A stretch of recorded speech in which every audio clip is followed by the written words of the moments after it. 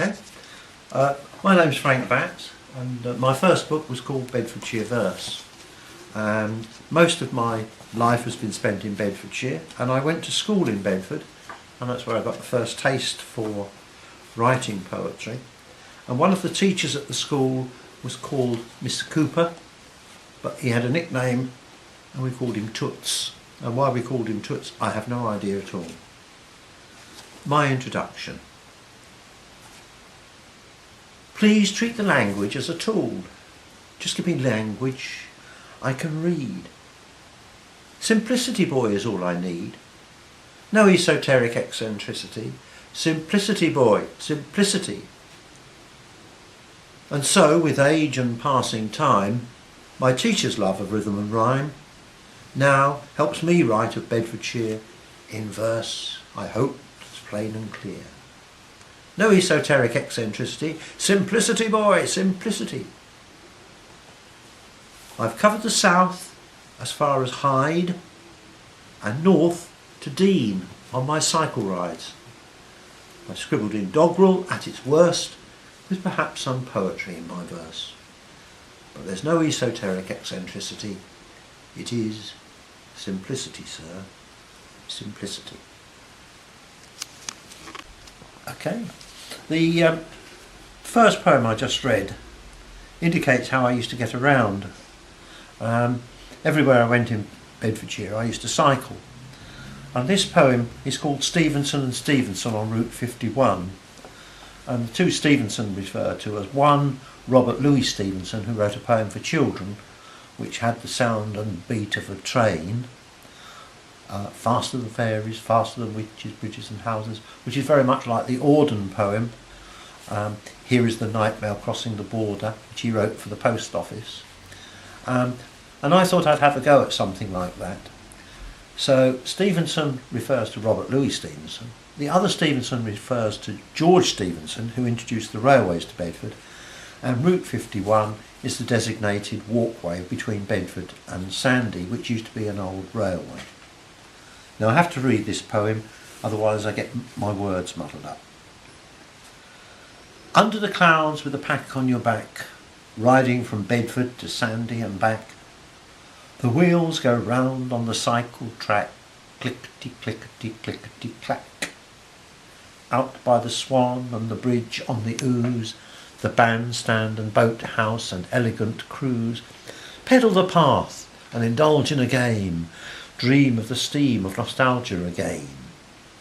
Gathering speed with those piston-like knees, take to the track with the tractor and trees, puffing like Stevenson's monsters of steam, follow the line in a fantasy dream, whistle through Willington, floodplain and field, gravel pit, woodland, river and lea, rushing through hedgerow, dashing through rain, puffing along like an old-fashioned train, shatter the silence in shuddering scenes, shiver in shadows by shimmering streams, huffing and puffing and chuffing in dreams, hooting and tooting while shooting out steam, into the tunnel with rumbling sound, humming and rumbling under the ground, rumming and rumbling into the night, drumming and tumbling back into light, pounding like Stevenson's monsters of steam, follow the path in a fantasy dream, wheeling along on the cycle track, clickety clickety clickety clack, running by blonde and by stunted oak trees, hawthorn and rowan and cabbage and peas, roseblend sedges and thistledown seeds, fly with the bunting and skims with the reeds, pounding like Stevenson's monsters of steam, follow the path in a fantasy dream, wheeling along on the cycle track, clickety clickety clickety clack,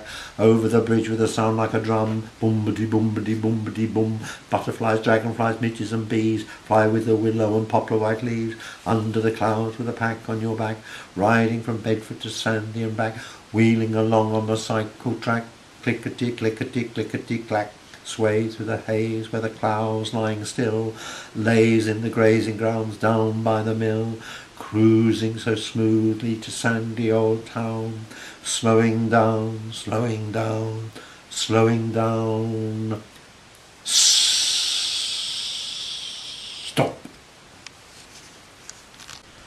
Now the next poem is written for somebody who is a sister of a very close friend of mine.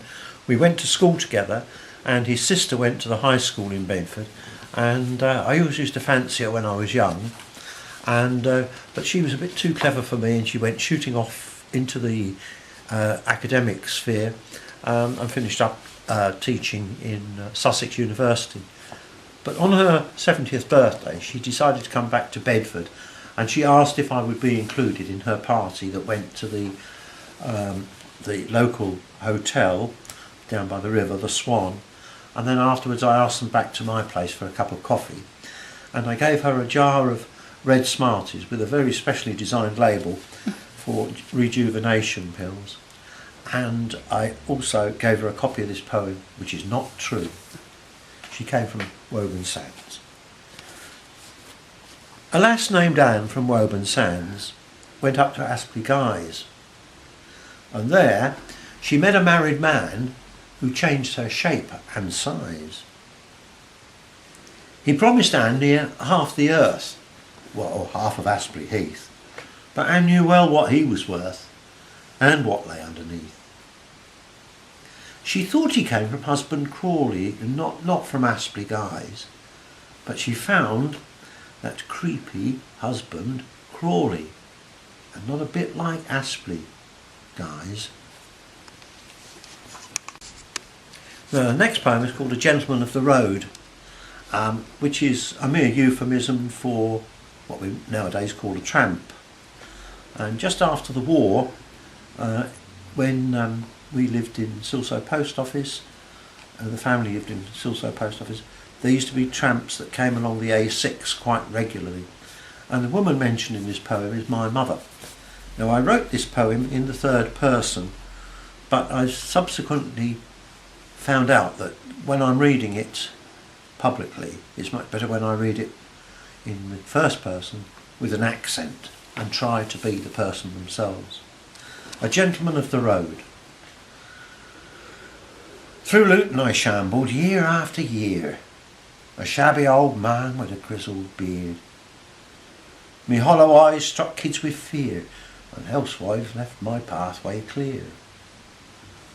At Brammingham Turn I laid my head in St Margaret's comfortable bed, but the hostel blankets were rare and few, and my usual covers was fur and dew.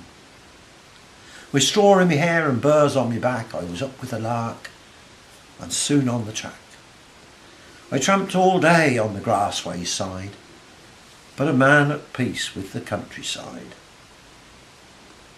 I acknowledged some with a grunt or a nod, as on my endless path I trod. But the town I was going to had no name, and nobody knew from where I came. On a boiling day in, '54, I shyly knocked on a Silsoe door. I asked for water and nothing more, because my tongue was red and my throat was raw. The half-scared woman filled my can, but showed rare kindness to such a man. She gave me biscuits, tea and bread. You are an angel, lass, I said. Outside the church I lunched that day before I set off on my way, and then with a wave and just a hint of a smile I carried on for many a mile. But when the 12-month year were through, I tapped her back door right on cue, and plied with sausage rolls and tea, my hollow eyes lit up with glee. Then every year about that time I'd come up with a water line, and every year I'd leave surprised by kindness more than food supplied. But in '66 I did not come. This grizzled beard had his run. But where did I come from, and where did I go? Only God and the hedgerows know. The Falklands veteran.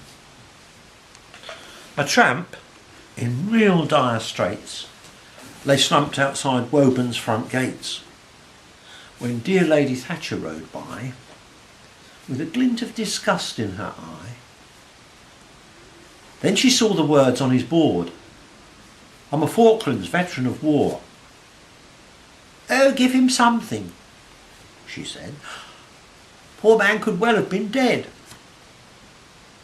So her husband bent down with a crisp £20 and said, They were both very proud.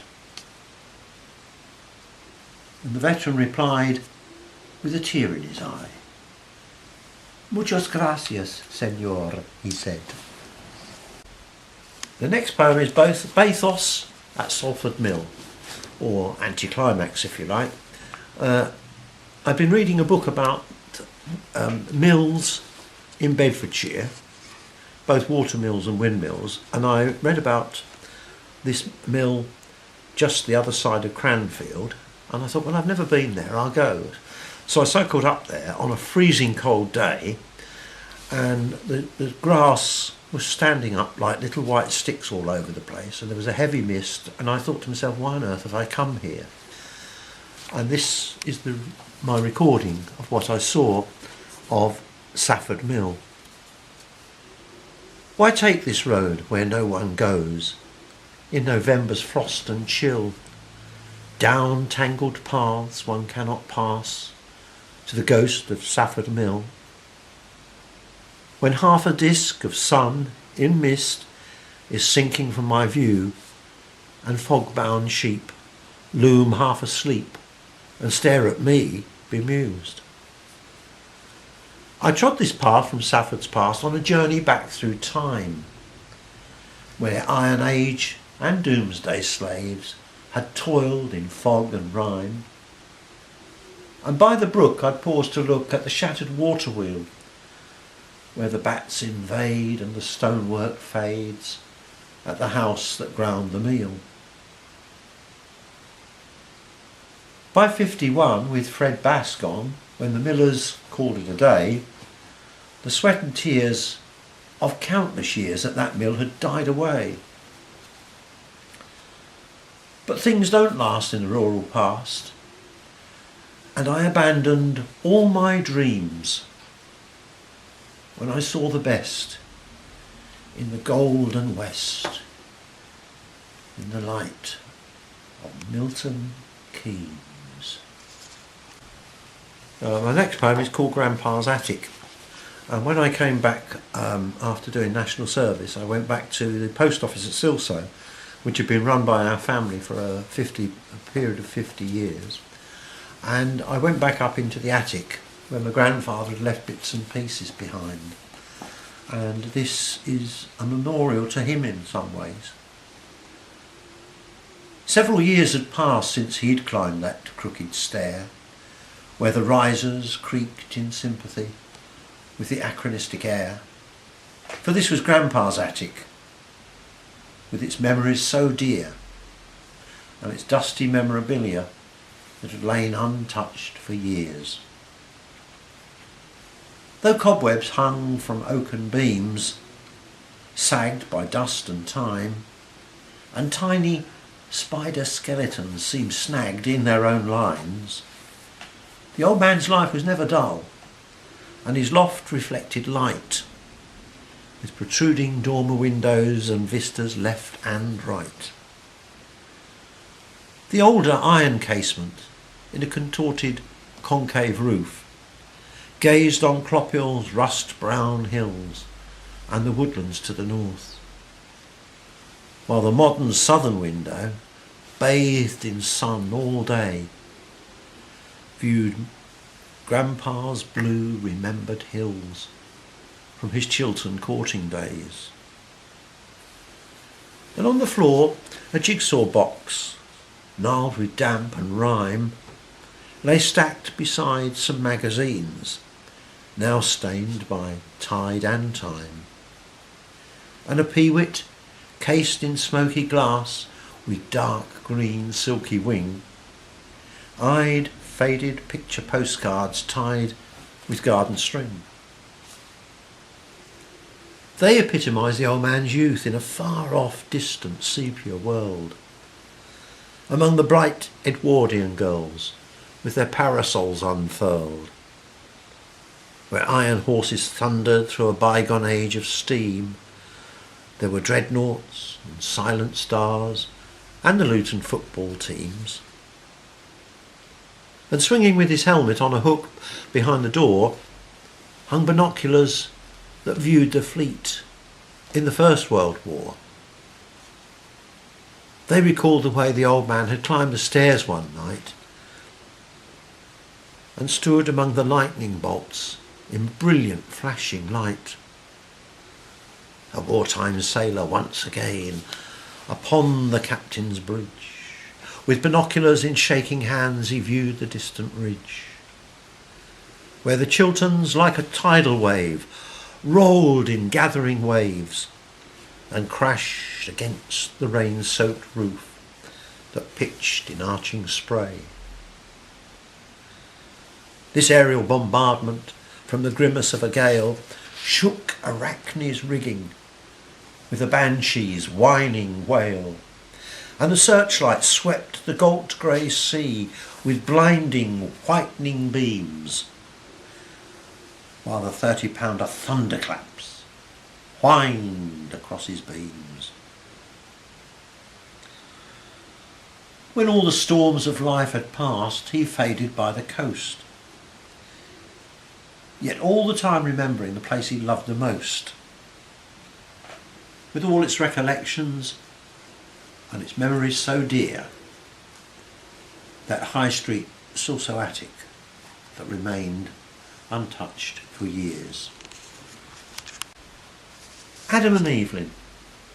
Young Adam rode over from Hexton in the heat of a July day to visit the open gardens down at Barton in the Clay.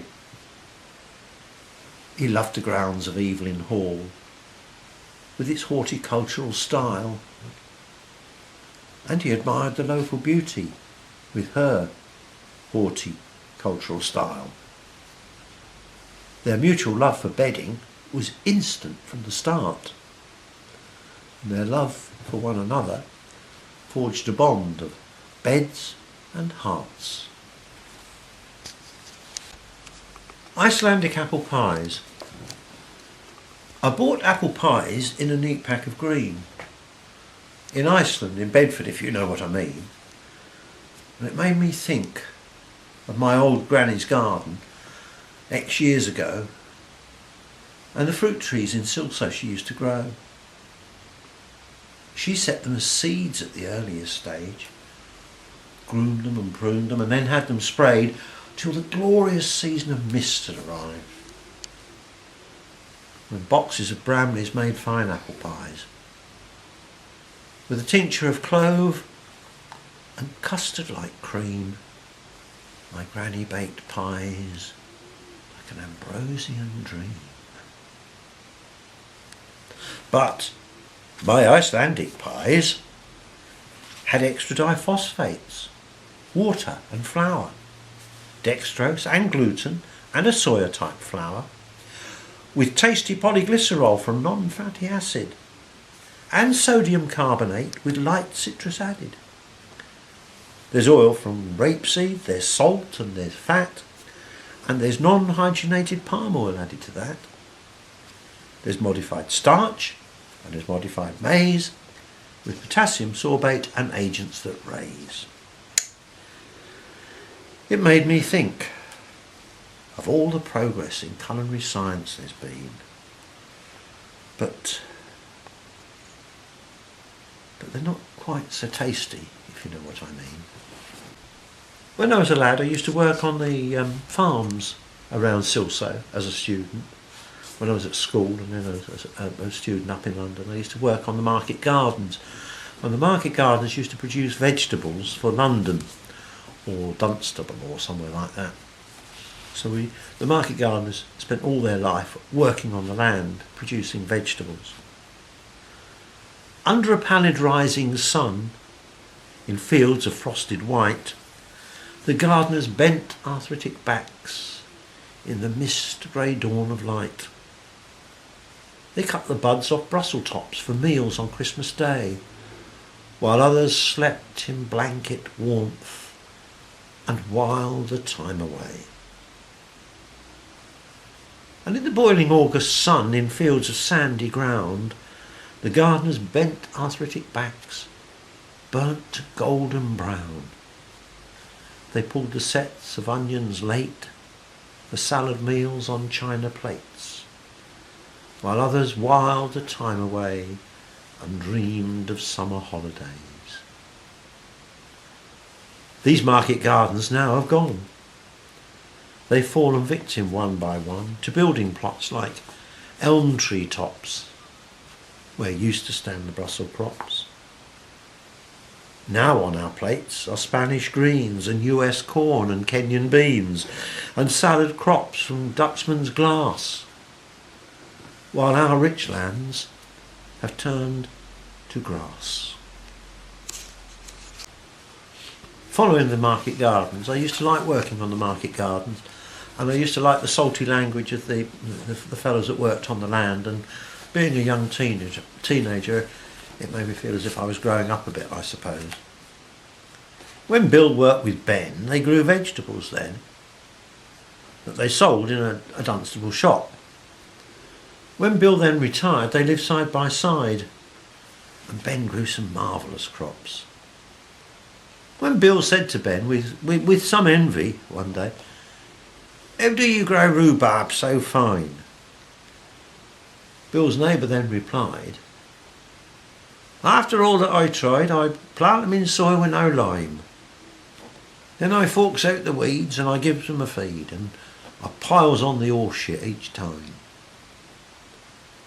But old Ben shook his head and he ruefully said, "I prefer to put custard on mine." In the churchyard, right over on the eastern side of Bedfordshire, in the tiny village of Concorde St, there's a churchyard grave that is very significant in literary terms. Or should I say, there's two graves that are very significant in literary terms. Silver and gold. In Concorde St churchyard, where the apple orchards thrived, a poet and his daughter lay buried side by side. And in the ash tree above their tomb, with raucous, screeching cries, Captain Flint is wittering where William Henley lies. He was the master of his soul and the captain of his fate, whose wooden leg and burly frame filled Long John Silver's role.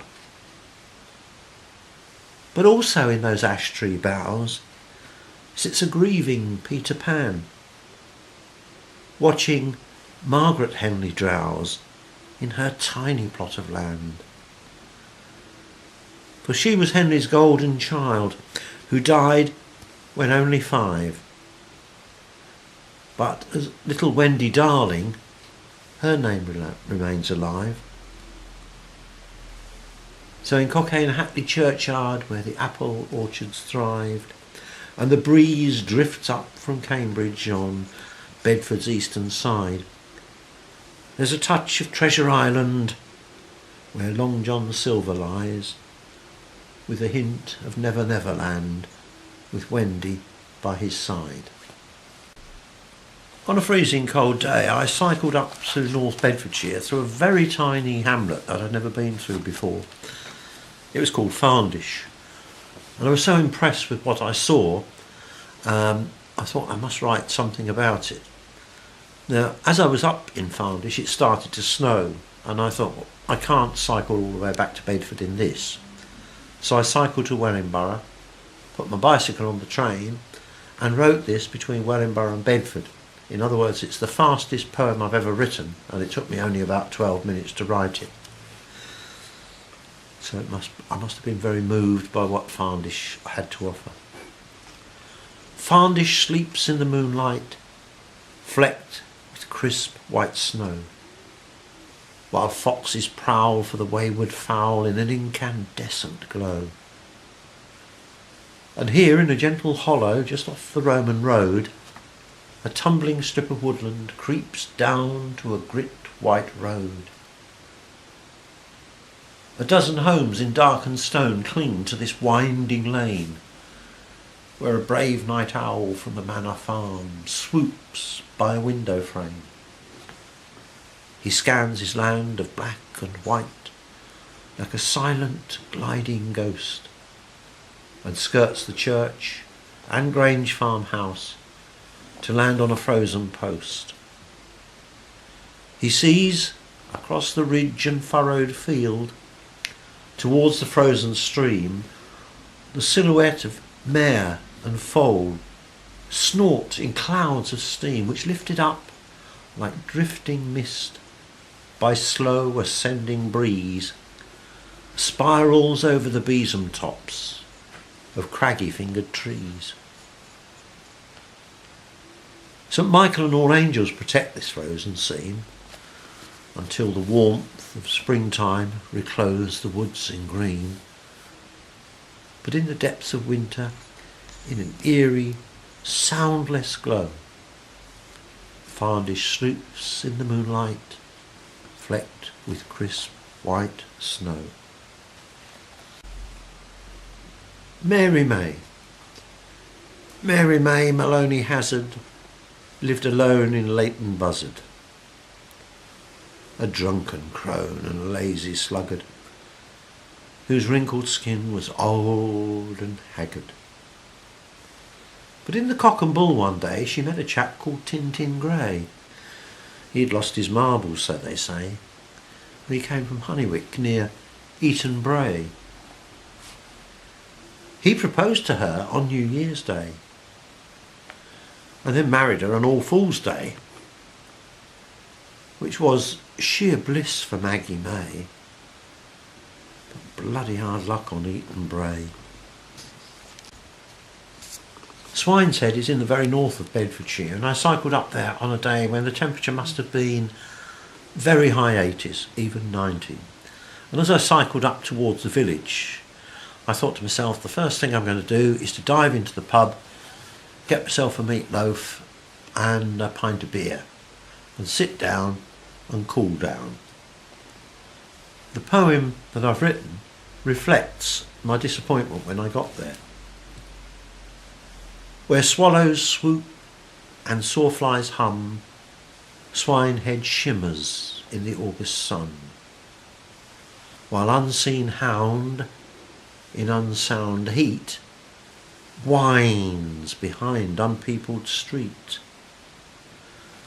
No chatter cuts this mirage day, no song nor chant of children's play, no face through lace at window pane, and no workman's boot tramps sandy lane.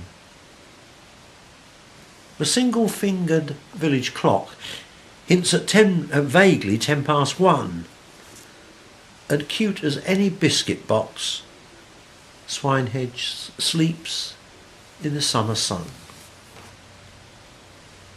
Thy cold old church with doleful bell, with rough-hewn pews and damp earth smell, Sarah Stringer rests in clay, till morning shadows flee away.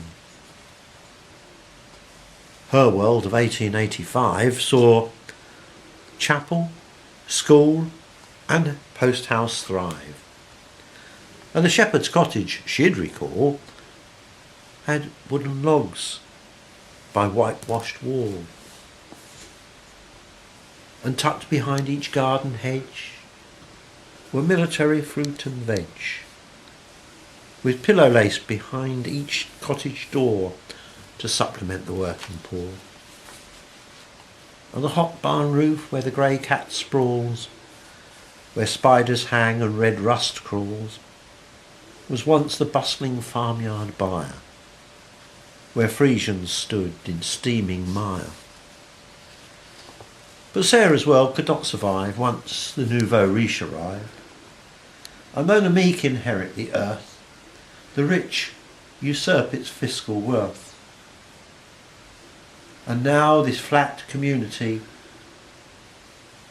lacks all the yokel's vibrancy and assumes the dull monotony of a conservated dormitory, where unseen hound in unsound heat whines behind unpeopled street, and swallows swoop and sawflies hum as Swinehead shimmers in the August sun.